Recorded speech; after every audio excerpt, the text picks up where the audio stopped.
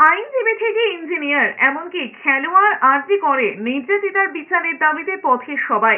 বুধবার দুপুরে গোষ্ঠপালের মূর্তির নিচ থেকে জমায়েত করেন ক্রীড়া জগতের বিশিষ্টরা।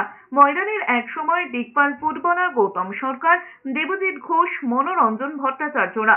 সমব্যাচে এটা বুঝে চলবে না, কারণ আমারও কিন্তু 2 মেয়ে না 3 মেয়ে, আমার ভাইয়ের মেয়েও কিন্তু আমারই মেয়ে, আমার বাড়িতে। কাজেই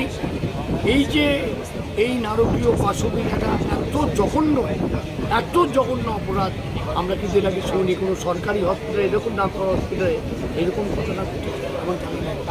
কাজেই এটা আমাদের শুধু কষ্ট দিচ্ছে না, এটা আমাদের কিন্তু অত্যন্ত ভাবাচ্ছে যে তাহলে আমাদের মেয়েরা ভবিষ্যতে এইভাবে হতে পারে, এরকম শিকার হচ্ছে। নির্যাতিতার দ্রুত বিচারের দাবিতে পথে নেমেছেন আইনজীবীরাও। শিয়ালদহে কালো কোট পরে বিক্ষোভ দেখিয়েছেন আইনজীবীরা। এদিকে কলেজ স্ট্রিটে মিছিল করে আরজি করে নির্যাতিতার বিচারের দাবিতে সরব হয়েছেন ইঞ্জিনিয়াররাও। উই ওয়ান্ট জাস্টিস স্লোগান তুলেছেন ইঞ্জিনিয়াররা। এদিকে মঙ্গলবারের পর বুধবারেও রাজারহাটে প্রতিবাদে সামিল হয়েছেন আইটি সেক্টরের কর্মীরা।